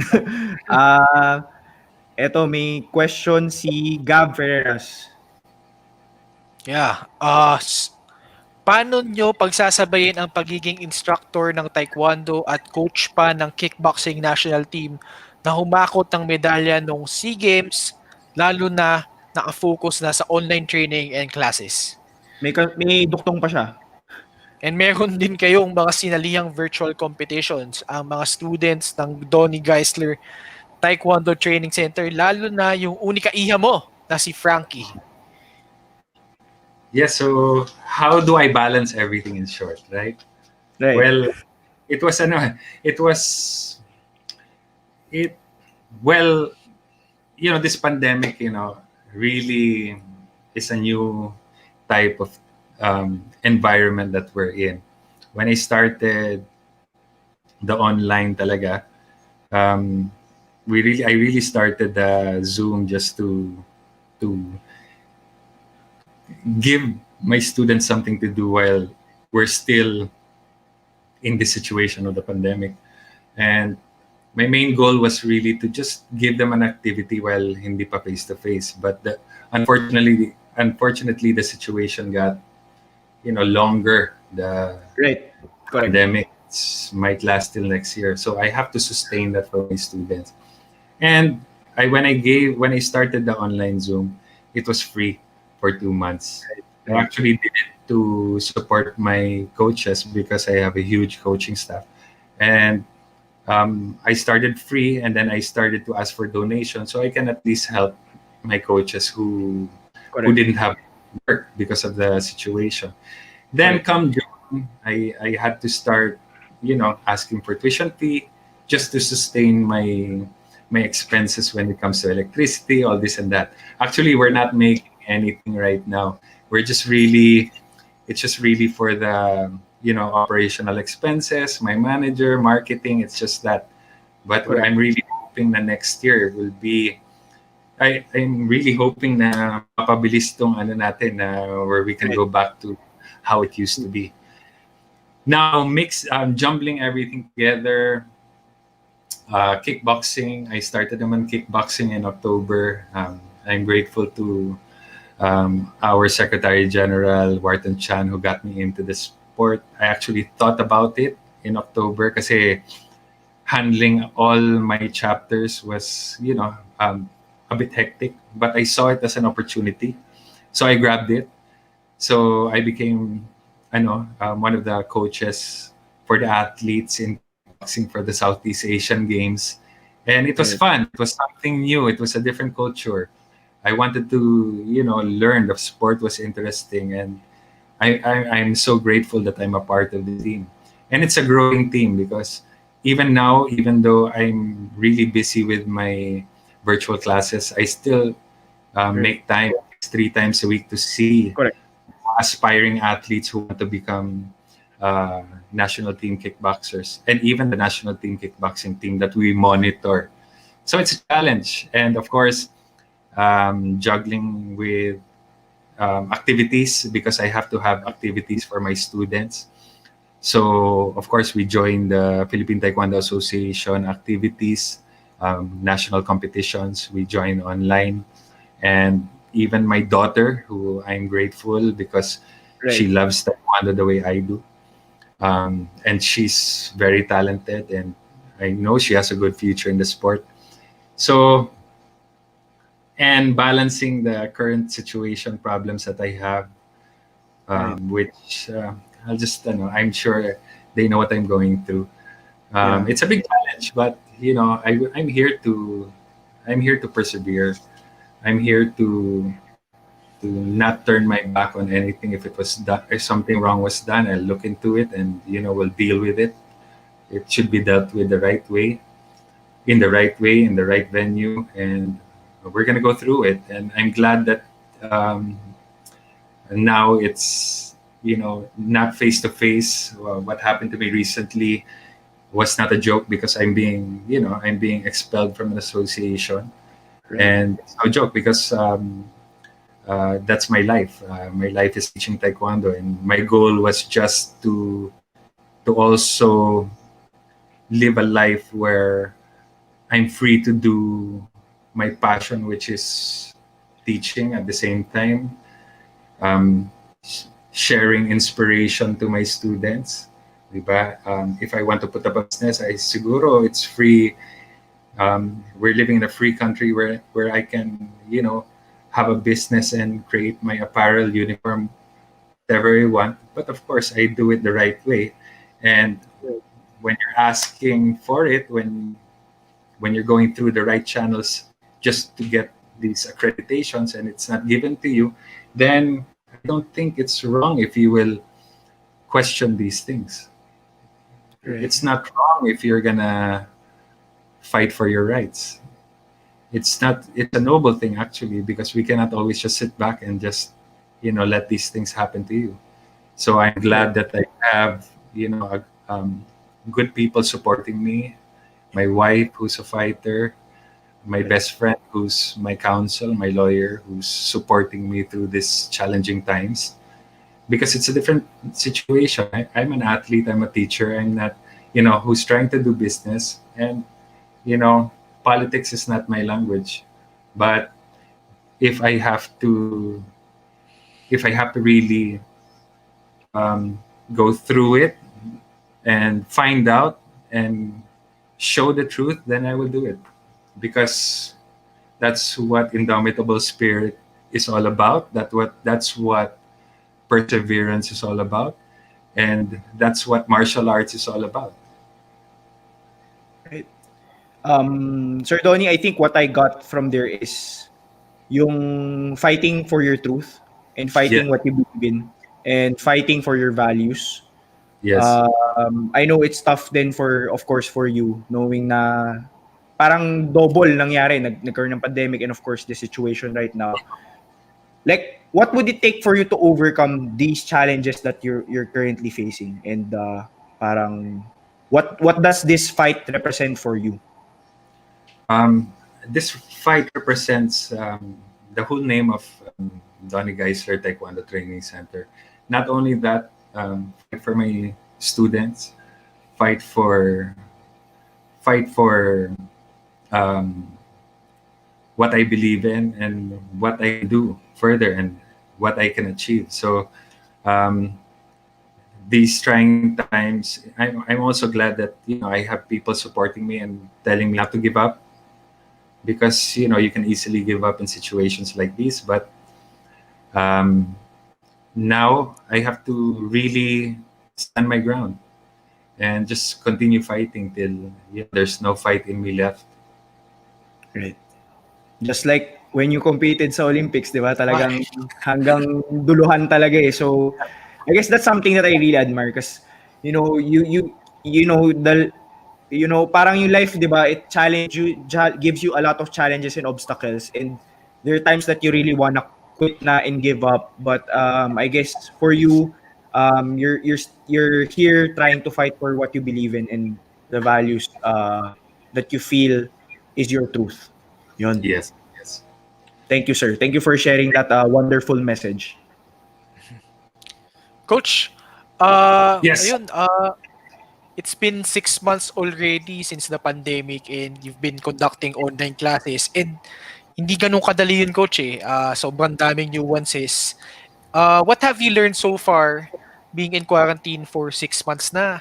And ayun, and what's your message for all the people who are going through a rough patch due to the pandemic? Correct. Yung Zoom, actually, it's not easy. Yeah. Although, na-master ko na lang. It's not like actual face-to-face where you can just command everyone. In Zoom, you really have to look at each child and teach them. And ang hirap to give instructions just by talking, di ba? And you cannot give, you're limited to actions. So, yung adjustment period was long. Buti na lang now, I have my coaches back with me who are helping me teach. I have a good manager, Miss Ramos, who's helping me handle everything, operational side. I have my wife also there with the marketing. So when I come out of this, I feel that I'll become a better teacher. I'll become a more I'll become a teacher with more compassion, and I'll be a teacher who will not leave anyone out, leave any student out. So I want sometimes you get overloaded in the past, and you neglect your job, you neglect your work, you neglect your students. But here now, it's different. So I'm learning a lot. I learned a lot. And I know after this adversity we're in, we're gonna bounce back out of this stronger. So everyone is adjusting. For all the people out there listening, we're gonna get through this. We're gonna get through this stronger. Don't let fear overwhelm you. So don't always believe in God's plan, because God's plan is greater, and I'm sure He has everything mapped out for us, and we're gonna come out of this victorious. Correct. Yun. So wow, I think what I got from that message is, when you embrace those challenges and you face it in front, really with all your heart and your passion, especially for the love of Taekwondo, us for what we do here, you'll come out really better. The challenges that and the obstacles that you face on a daily basis, when you do something about it, you become better as a person in your craft as well. So thank you, Sir Donnie, for that wonderful message. I hope may makakanood naman ng replay dito and they can watch it on YouTube, on Facebook. They're gonna learn a lot from this episode in particular. So, do we still have time, Ken, for questions ba? Yeah, sige, let's go Yeah, for few. May a couple lang. Yeah. A couple. I think let's allow Sir Donnie muna to promote yung yung Donnie Geisler Taekwondo Training Center. Then we go through the questions if we still have time. Okay. So, sir, maybe talk about Donnie Geisler Taekwondo Training Center and what this project of yours, no, yung baby project from 2008, now it's 12 years, same age as what you are as an athlete, no, 12 years na competition. By next year, ano ka na, 13 years. So, maybe Yes, give this so opportunity to talk about what your training center is all about. um, the Donnie Geisler Taekwondo Training Center. Um, hello? Ayan, sir, go lang, Oh, sir. you can hear me? Okay, oh, sorry. Yeah, it started in 2008, and we started out in a small school in Quezon City. After Pinoy Big Brother, me and my wife opened the studio in Tomas Morato, somewhere there.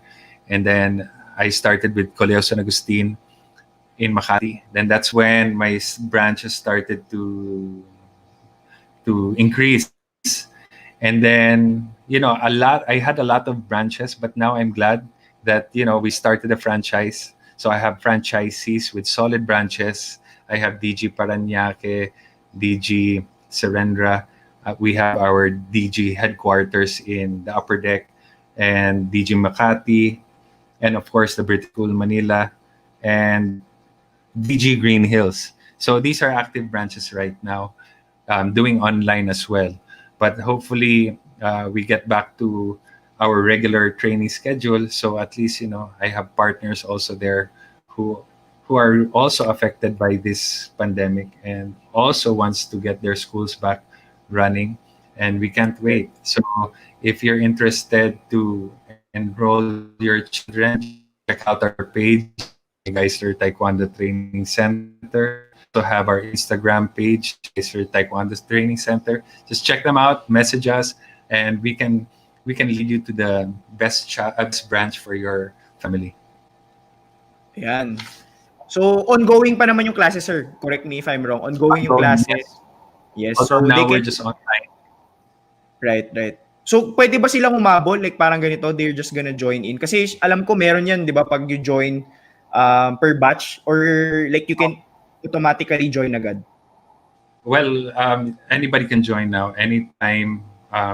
We Okay. have enough coaches to help out with the program. Sometimes if we're handling a big group, we're also doing breakout rooms wherein we can really, what they call this, break out different levels like white belts, yellow belts, blue belts. So I'm sure it's going to be a good experience kahit online. And I'm sure that the children will learn right online, they will be able to apply it when the time comes, mag face to face. So it could be a fun start for those who want to try it out. It could be a fun start for your child. I even have a group of family that does it. They do private lessons. So Taekwondo is instructional. We have the pumse. We can teach you how to kicks. We can teach you the self-defense. All the basics of Taekwondo as well. So don't be shy. Just message us in our Facebook and Instagram page. Ayan. So, before we say our thanks, no, ito, pahabol lang na question. How do you recognize a kid with potential in Taekwondo?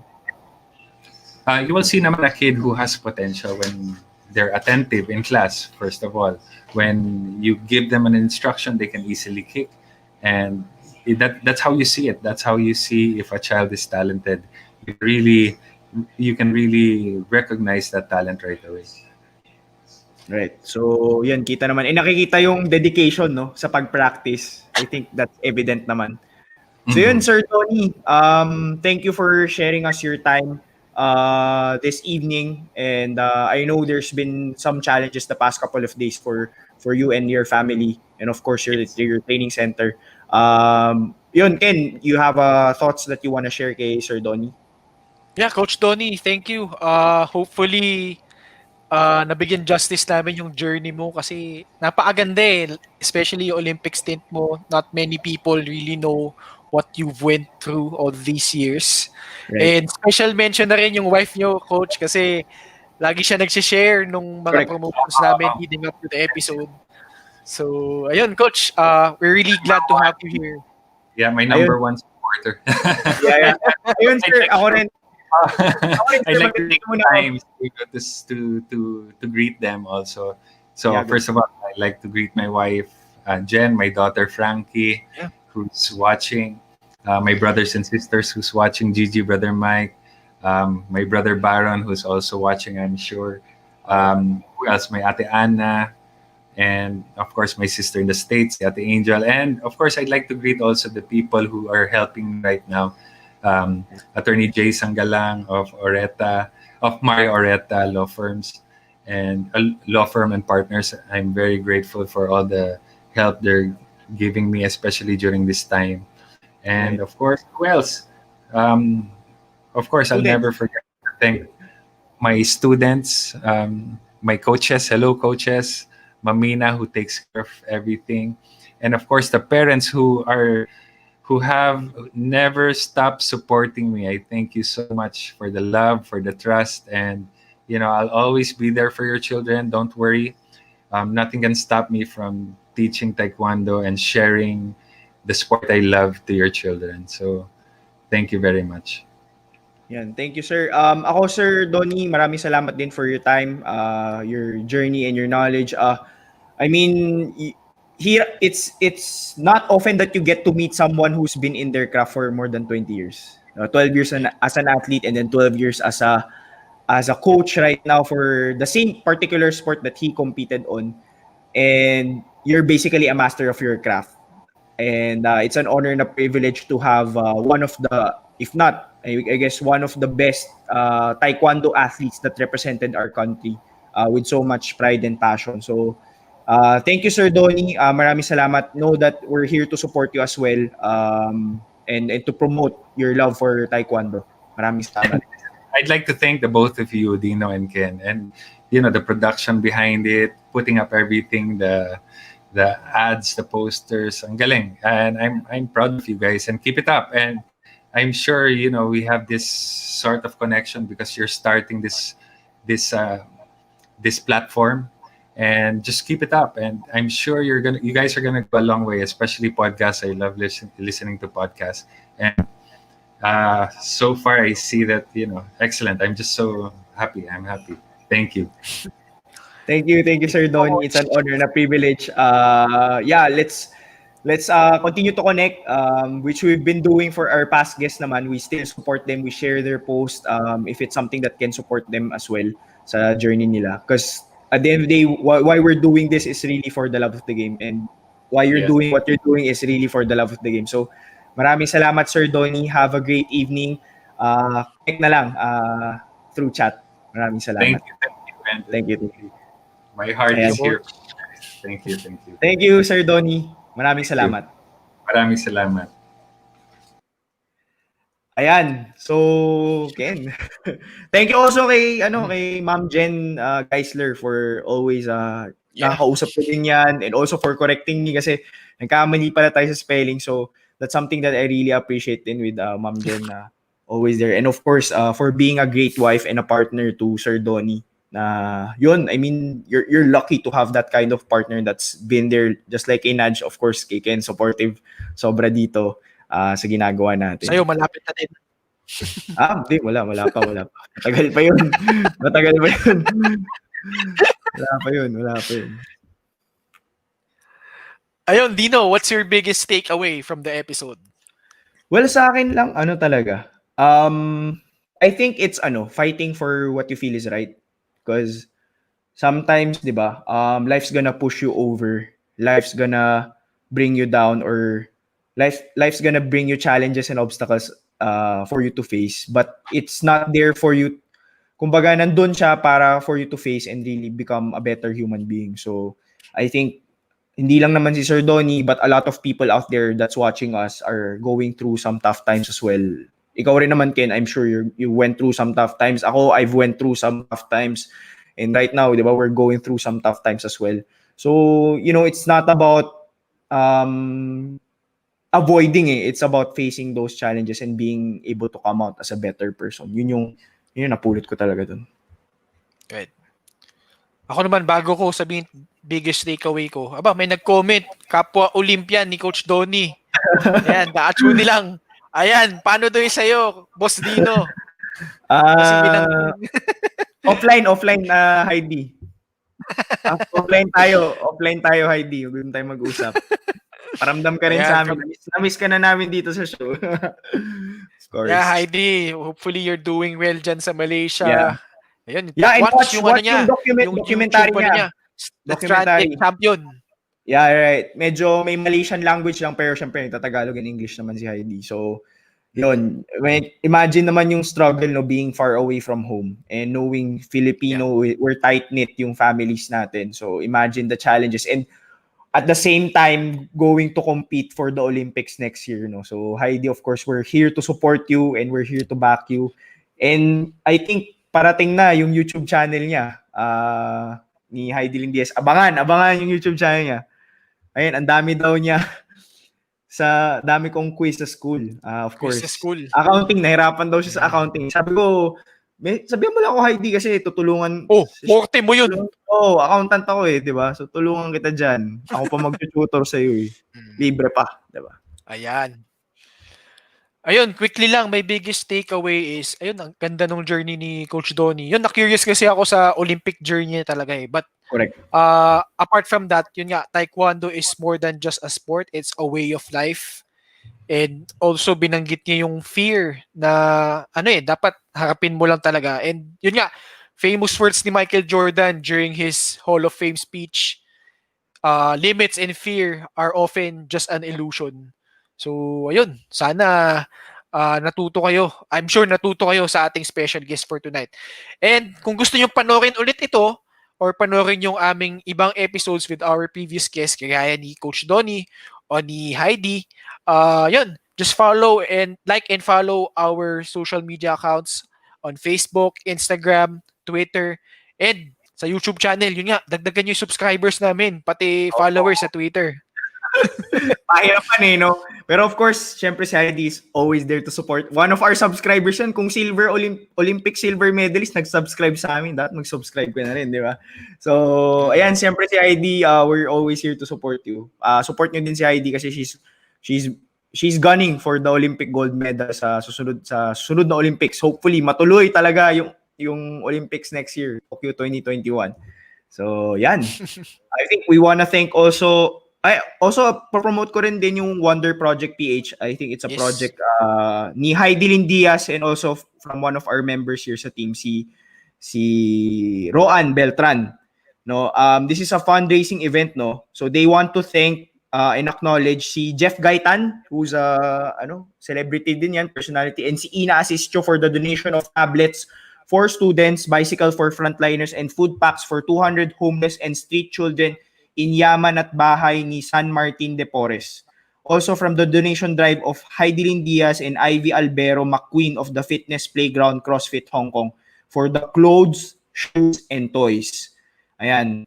Also, they're also accepting donations. So if you have extra funds, no, that you want to share their blessings, and that's what I do. I share my blessings. Every 10% of what I earn, I share it to people that I believe or drives that I believe can support a lot of people.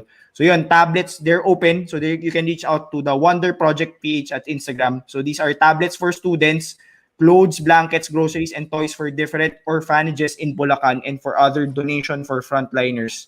Yun. So details, go to Wonder Project PH on Instagram. Mm-hmm.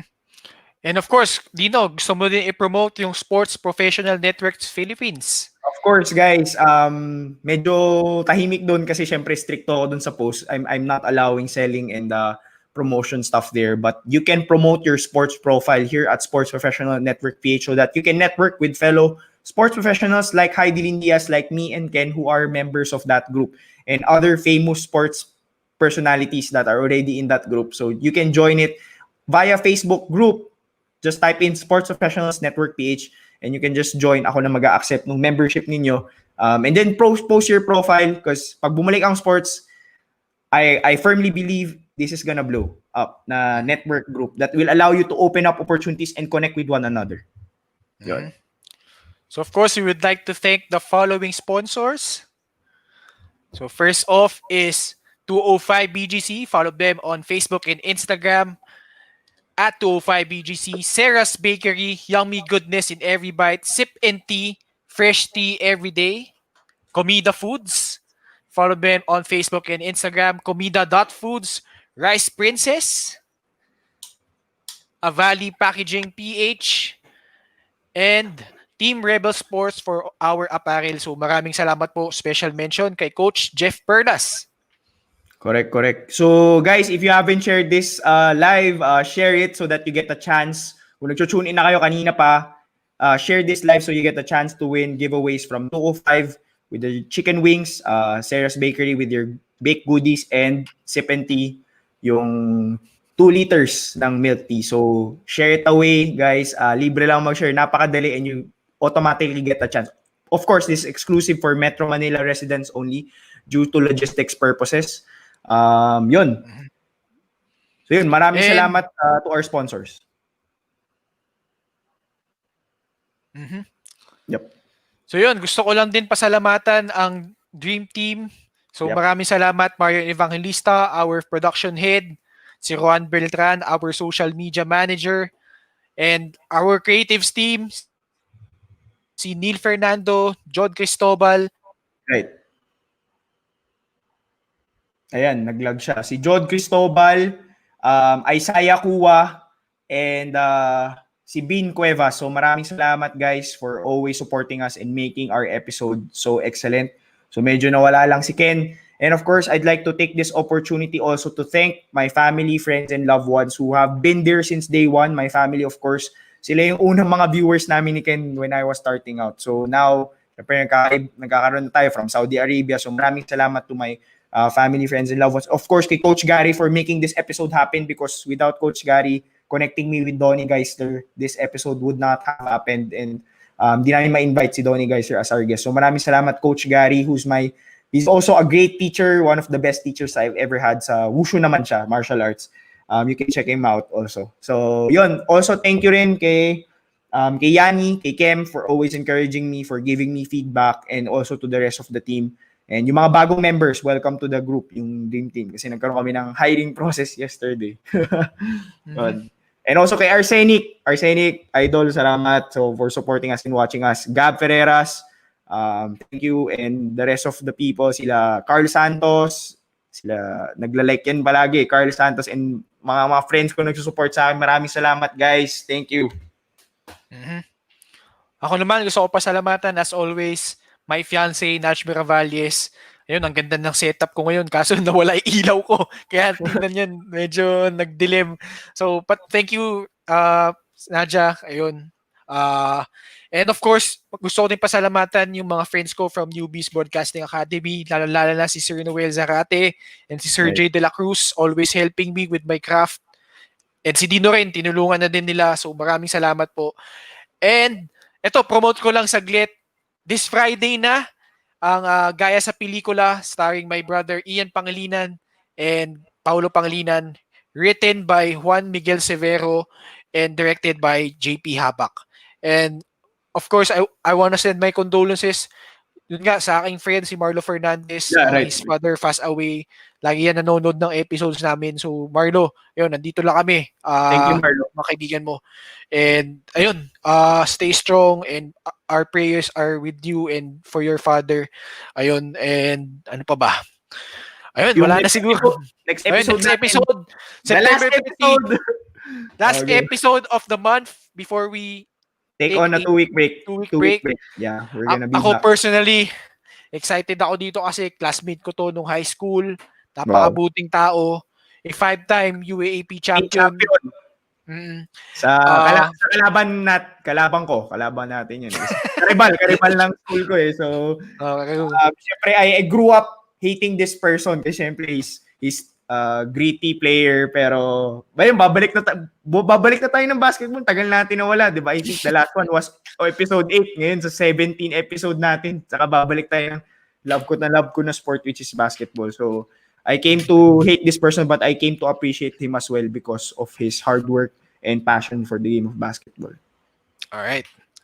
So yun, that does it for our episode for tonight. Hopefully nag-enjoy kayo, marami kayong natutunan.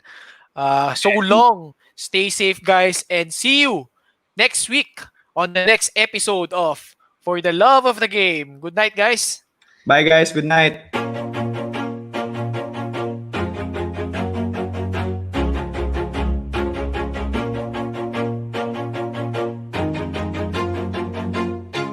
Always do it on my own, so I gotta get through it. And the only thing I know is to love what I'm doing. Never give up, never slow, till I finally prove it. Never listen to the no's, I just wanna keep moving. Keep my head up when I act, head up, that's a fact.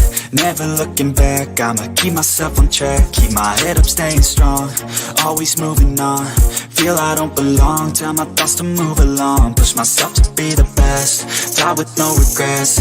Live with every breath, see my message start to spread. And I had so many dreams, then you hit your teens. Life ain't really what it seems, try to find out what it means. Always do it on my own, so I gotta get through it. And the only thing I know is to love what I'm doing. Never give up, never slow, till I finally prove it. Never listen to the no's, I just wanna keep moving. Yeah, I put out all this art, it's my only medicine. Yeah, everything I do, I'm just being genuine. Yeah, I'm sick of being screwed, feel my own adrenaline. Yeah, I do just what I do, and I hope you let me in, yeah.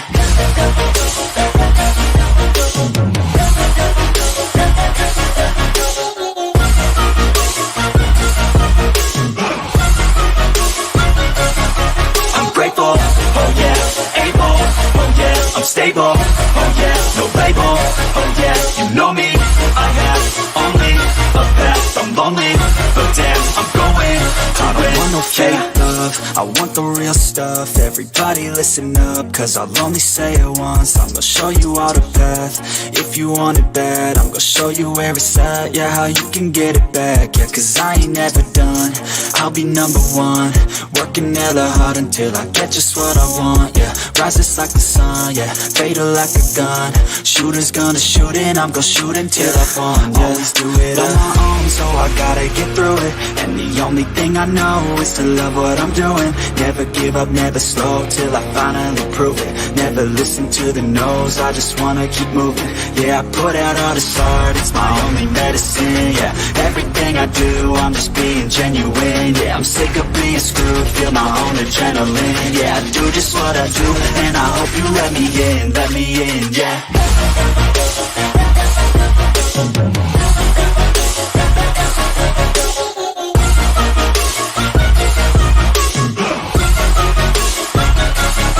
I'm grateful, oh yeah, able, oh yeah, I'm stable, oh yeah, no label, oh yeah, you know me, I have only a path, I'm lonely, but damn, I'm going to win.